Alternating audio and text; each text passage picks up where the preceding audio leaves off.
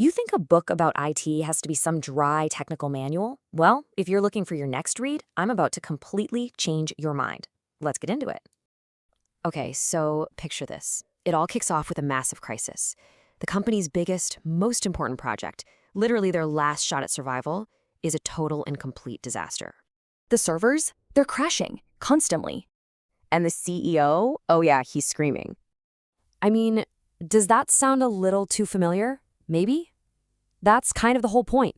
This isn't some far-off fantasy world. For a lot of people, this is just reality.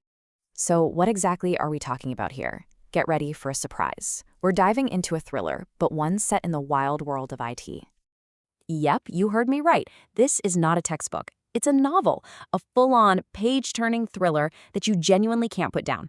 I'm not kidding. It's a story about project management and server outages that will have you on the edge of your seat. And you know, like any great thriller, it has a cast of characters you are going to instantly recognize. So let's meet the key players at the center of this whole inferno. First up, we've got our hero, Bill.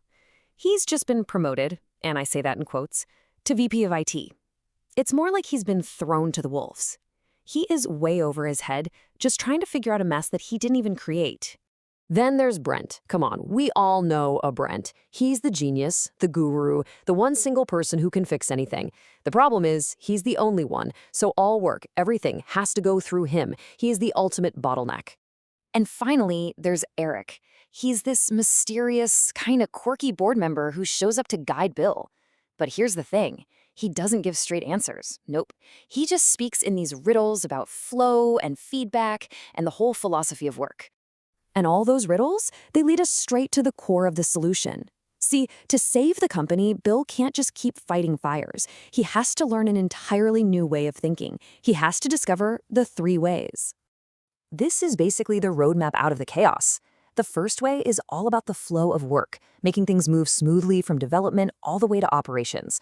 The second way is about creating fast feedback loops, so you can spot problems right away. And the third way? That's about building a culture of continual learning and experimentation. It's not magic, it's just a whole new way of seeing the entire system. So let's get to it. Why should this book jump to the absolute top of your to-be-read pile? Because this is the book where a term like DevOps stops being some abstract buzzword and turns into a gripping story about a regular guy just trying to save his job while everything is on fire. It brilliantly shows you the human side of all these technical challenges. Honestly, for anyone who has ever worked in a chaotic environment, reading this book just feels like a huge weight has been lifted off your shoulders. It's that feeling of, yes, someone else gets it. It's the pure relief of knowing you're not the only one. The advice from pretty much everyone who's read it is simple, but it's powerful. Forget all the other business manuals for a second. Read this one first, for your soul.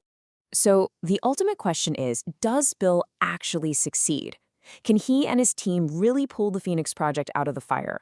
Well, there's only one way to find out if they can truly rise from the ashes.